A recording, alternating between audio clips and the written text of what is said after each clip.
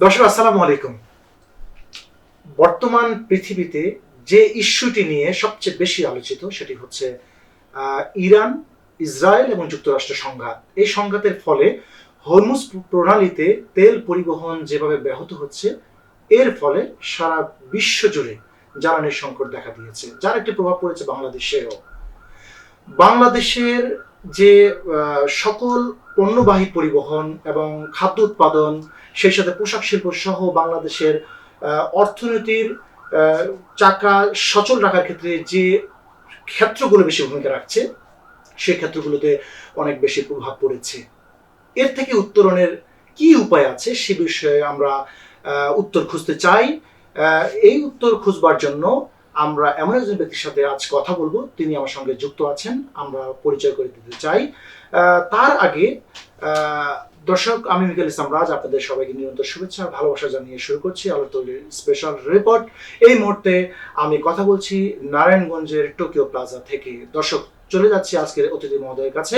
আমার সঙ্গে যুক্ত আছেন বাংলাদেশ ফ্লাওয়ার মিল অনার্স অ্যাসোসিয়েশনের নবনির্বাচিত প্রেসিডেন্ট এবং নিমসদ গ্রুপের ব্যবস্থাপনা পরিচালক, সেই সাথে বাংলাদেশ কার্গো ভেসেল অনার্স অ্যাসোসিয়েশনের যুগ্ম সম্পাদক আলহাজ মোহাম্মদ সোহাগ। আসসালামু আলাইকুম। ওয়ালাইকুম আসসালাম। কেমন আছেন? জি ভালো।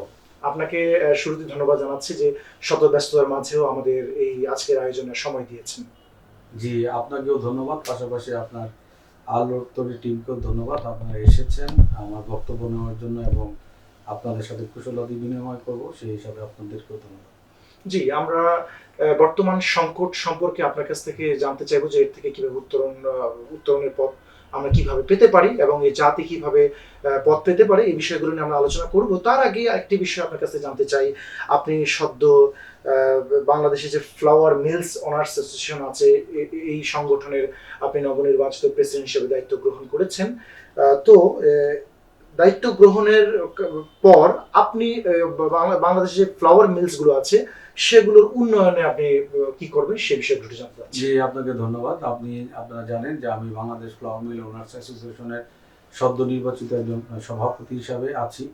আপনারা জানেন বাংলাদেশে অলমোস্ট প্রায় 550 ফ্লাওয়ার মিলের প্রতিনিধিত্ব করতে হয়। 550 ফ্লাওয়ার মিলের মধ্যে আমরা একসাথে কাজ করার জন্য বদ্ধপরিকর। এবং ফ্লাওয়ার মিল, আপনারা জানেন যে আপনার যে প্রথম টপিকসটা ছিল, যেখানে যে তেল নিয়ে যে সংকটের কথা আপনি বলেছেন, বৈশ্বিক যে একটা সংকট, এই সংকটের সাথে ফ্লাওয়ার মিলেও একটা অলরেডি সংকট শুরু হয়ে গিয়েছে। তা আমরা বেসিক্যালি নবনির্বাচিত সভাপতি হিসাবে আমি বাংলাদেশের সকল ফ্লাওয়ার মিল মালিকদেরকে অভিনন্দন জানাই। পাশাপাশি আমাদের যে সমস্ত স্টেক হোল্ডার আছে যাদের সাথে আমরা কাজ করি, বিশেষ করে আমাদের পাইকার পত্র সহ সারা বাংলাদেশে যারা আমাদের আটা, ময়দা, সুজি, ভুসি বিক্রি করে, তাদেরকেও ধন্যবাদ জানাই। বাংলাদেশ ফ্লাওয়ার মিল ওনার্স অ্যাসোসিয়েশনের পক্ষ থেকে বাংলাদেশের সকল আপামর জনসাধারণ যারা আটা, ময়দা, রুটি প্রস্তুতকারী প্রতিষ্ঠান আছে, তাদেরকেও ধন্যবাদ জানাই। আমি ধন্যবাদ জানাই আমাদেরকে যারা নির্বাচিত করেছেন সেই সকল ইসি মেম্বারদেরকে আমি ধন্যবাদ জানাই, বাংলাদেশ ফ্লাওয়ার মিল ওনার্স অ্যাসোসিয়েশনের সকল সদস্যবৃন্দকে, এবং পাশাপাশি ধন্যবাদ জানাই নারায়ণগঞ্জ যে সকল মিল, আমার বাড়ি আপনারা জানেন নারায়ণগঞ্জে নিতাইগঞ্জে প্রায় 1 কিলোমিটার মধ্যে প্রায় 70টি ফ্লাওয়ার মিল রয়েছে। এই ফ্লাওয়ার মিলগুলি আমরা সারা বাংলাদেশের বিভিন্ন ভোগ্যপণ্য প্রস্তুত এবং যোগানের জন্য কাজ করে থাকি। অতীতেও কাজ করেছি, এখনও কাজ করছি এবং ভবিষ্যতেও কাজ করব। সকল ফ্লাওয়ার মিলারদের যে সকল সমস্যাগুলি রয়েছে সেগুলি অ্যাড্রেস করে আমরা একসাথে সকল সমস্যার সমাধান করব বলে আশা করছি। জি, আমি একটা বিষয় জানতে চাচ্ছি, যেহেতু ফ্লাওয়ার মিল অনার্স অ্যাসোসিয়েশন দীর্ঘদিন যাবত কাজ করে যাচ্ছে, তো বর্তমানে এদের যে ক্যাপাসিটি বা উৎপাদন এবং এদের প্রযুক্তি সম্পর্কে অথবা প্রক্রিয়াজাত, এই বিষয়গুলো একটু আপনার কাছে জানতে চাই। বাংলাদেশ ফ্লাওয়ার মিল, আপনারা জানেন যে একটা সময় বাংলাদেশে অটোমেটিক ফ্লাওয়ার মিল খুব কম সংখ্যক ছিল। আগে আমাদের পুরাতন যারা জানেন আপনারা, প্রায় 80 দশকের 90 দশকের 2000 সাল পর্যন্ত আমাদের আর্থিক মিল ছিল। তারপর আমাদের ফ্লাওয়ার মিলগুলি অটোমেটিক নিউমেটিকের মাধ্যমে আমরা রূপান্তরিত হই। এবং আপনারা জানেন যে ফ্লাওয়ার মিল প্রযুক্তিটা ইটালি থেকে প্রথম এসেছে, সেখান থেকে এখন বর্তমানে জার্মানি, তারপর হচ্ছে আপনার তুরস্ক এবং চায়না বিভিন্ন রকমের সাপোর্ট, এবং সুইজারল্যান্ড থেকে তারা সাপোর্ট নিয়েই কিন্তু আমরা এখন নিউমেটিক এবং অটোমেটিক ফ্লাওয়ার মিল করছি। আপনারা জানেন যে একটা অটোমেটিক ফ্লাওয়ার মিলের উৎপাদন ক্ষমতা হচ্ছে একটা নর্মালি একটা 8 পেটি ফ্লাওয়ার মিলের উৎপাদন ক্ষমতা হচ্ছে অলমোস্ট 100 মেট্রিক টন।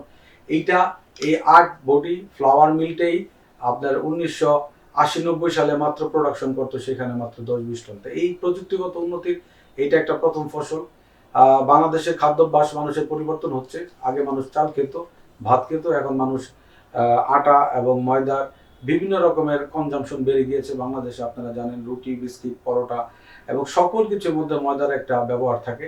তো সেই দিক থেকে বর্তমানে ফ্লাওয়ার মিলের বর্তমান যে অবস্থান, সেই দিক থেকে এখন অনেক উন্নত মানের প্রযুক্তি বাংলাদেশে এসেছে, কাজ করছে। এবং বর্তমানে বাংলাদেশে যেই পরিমাণ আটা এবং ময়দার চাহিদা রয়েছে, বর্তমানে আমাদের যে সকল ফ্লাওয়ার মিলগুলি আছে সেটাতেই আমরা বর্তমানে যোগান দিতে পারছি।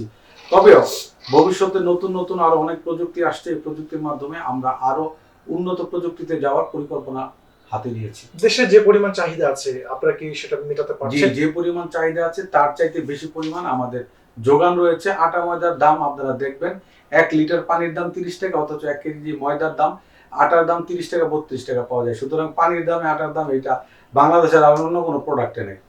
সরকারের সাথে আপনারা কিভাবে সমন্বয় করে কাজ করেন, বা কাজ করতে গিয়ে কোন রকমের হয়রানির শিকার বা এই ধরনের কিছু হয় কিনা? না, সরকার আমাদেরকে সাপোর্ট দিয়ে যাচ্ছে। আপনারা জানেন সরকারের সামাজিক নিরাপত্তা বেষ্টনী খাতে সরকার প্রতিদিন অলমোস্ট প্রায় 1600 মেট্রিক টন আটা সরকার সারা বাংলাদেশে 1072 জন ডিলারের মাধ্যমে সরকার মানুষকে খাওয়াচ্ছে। এটা যদিও আমাদের জনসংখ্যার তুলনায় খুবই অল্প, কিন্তু সরকারের এই কর্মসূচি থাকার কারণে মাঠে আজকে পর্যন্ত ময়দা এবং আটার দাম অনেক কম।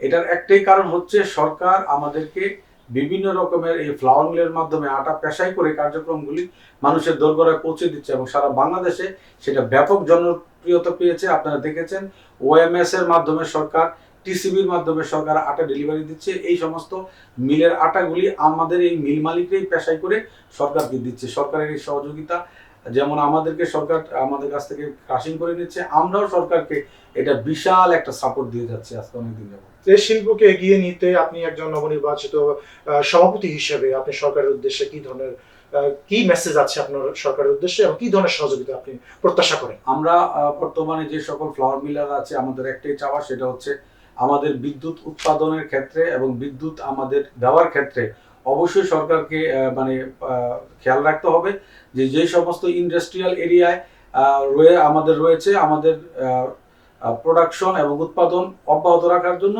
আমাদেরকে অবশ্যই সঠিক পর্যায়ে আবার বিদ্যুৎটা যাতে দেওয়া হয়, আমরা যাতে পাই। আরেকটা বিষয় হচ্ছে আমাদের যে ট্যাক্সের যে বিষয় আছে, অনেক সময় দেখা গেছে আমাদের অনেক ছোট ছোট ফ্লাওয়ার মিল আছে যাদের একেবারেই চলে না, অনেক সময় গমের কারণে, সংকটের কারণে তারা ক্রাশিং করতে পারছে না। তাদেরকে সরকার যাতে কোনো রকমের সাপোর্ট মানে আমরা সরকারের কাছ থেকে পাই, বিশেষ করে বিদ্যুৎ থেকে এবং ট্যাক্সের ইসের থেকে যাতে আমরা পাই, এই বিষয়ে অবশ্যই সরকারকে আমাদের সহযোগিতা করার জন্য আমরা বলবো। আমরা জানি যে লাইটারের জাহাজ সেক্টরে আপনি দীর্ঘদিন কাজ করে যাচ্ছেন। তো বর্তমানে যে বহির্বিশ্বে জ্বালানি তেলের সংকট দেখা দিয়েছে, এই সংকটটা কতটুকু আপনার এই সেক্টরে প্রভাব পড়েছে একটু জানতে চাচ্ছি। আপনারা জানেন বাংলাদেশ কার্গো ভেসেল ওনার্স অ্যাসোসিয়েশনের আমি কিছুদিন আগেই নবনির্বাচিত যুগ্ম সম্পাদক হিসাবে আছি। আমরা ইতিমধ্যে আমাদের লাইটারের জাহাজ আছে সারা বাংলাদেশে অলমোস্ট প্রায় 1800 থেকে 2000 কার্গো ভেসেল। এই কার্গো ভেসেলের মাধ্যমে আমরা বিদেশ থেকে যে সমস্ত পণ্য সামগ্রী আমদানি করা হয়, আমরা চট্টগ্রাম থেকে, বহির্নগর থেকে এবং কুতুবদিয়া থেকে বাংলাদেশের বিভিন্ন প্রান্তরে আমাদের এই লাইটারেজ ভেসেল দিয়ে আমরা পণ্য পরিবহন করি। আপনারা জেনে অবাক হবেন, বাংলাদেশে যেখানে একটা পণ্য পরিবহন করতে চট্টগ্রাম থেকে কোনো ট্রাক যোগে ঢাকাতে কোনো পণ্য আনতে পার কেজিতে যেখানে 1.5 থেকে 2 টাকা লাগে, সেইখানে লাইটারেজ ভেসেলের মাধ্যমে মাত্র 50 পয়সা কেজিতে খরচ হয়, অলরেডি চট্টগ্রাম থেকে নারায়ণগঞ্জে কিংবা যে কোনো নদী বন্দরে চলে আসে। লাইটারেজ অত্যন্ত সহজলভ্য এবং চমৎকার একটা অল্প সময়ের মধ্যে একটা পরিবহন ব্যবস্থা, কিন্তু এই ব্যবস্থাটা মানে বর্তমানে একেবারে কলাপস পজিশনে চলে গিয়েছে। সেটার কারণ হচ্ছে বৈশ্বিক অর্থনৈতিক অস্থিতিশীলতার কারণে, ইরান এবং আমেরিকার যে যুদ্ধ, ইসরায়েলের যে যুদ্ধ, এই যুদ্ধের কারণে বর্তমানে জ্বালানি সংকট। আপনারা জানেন যে একটা কার্গো ভেসেল 1100 মেট্রিক টনের একটা কার্গো ভেসেলে প্রতি আপ অ্যান্ড ডাউন যদি আসা যাওয়া করে সেক্ষেত্রে 2500 লিটার তেল লাগে। এই 2500 লিটার তেল এখন কোনো বাংকারের কাছে চেয়ে পাওয়া যাচ্ছে না। এটা একটা সমস্যা। আরেকটা সমস্যা হচ্ছে যে আমাদের সরকার, বর্তমান সরকার তেলের দাম বৃদ্ধি করেছে 115 টাকা। সেই 115 টাকার তেল এখন 140 টাকা নিতে হচ্ছে। এই যে পণ্য পরিবহনে যে ব্যাঘাত, এইটা একটা পর্যায়ে আমার ফ্লাওয়ার মিলও আছে। এই গম আমাদের লাইটারের জাহাজের মাধ্যমে আমাদের নারায়ণগঞ্জে নিতাইগঞ্জে আসে। আগে যে এখানে প্রতিদিন 200 থেকে 250 জাহাজ এখানে আনলোডিং হইতো, এখন সেটা 50 থেকে 40-এ নেমে আসছে।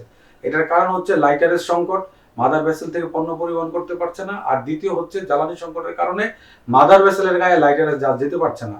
এই দুইটা কারণের কারণে আমাদের কিন্তু এখন উৎপাদন ব্যাহত হচ্ছে। দেখেন, বাংলাদেশের খাদ্য ব্যবস্থাপনা এবং সকল ব্যবসা বাণিজ্যের মধ্যে হচ্ছে একটা চেইন।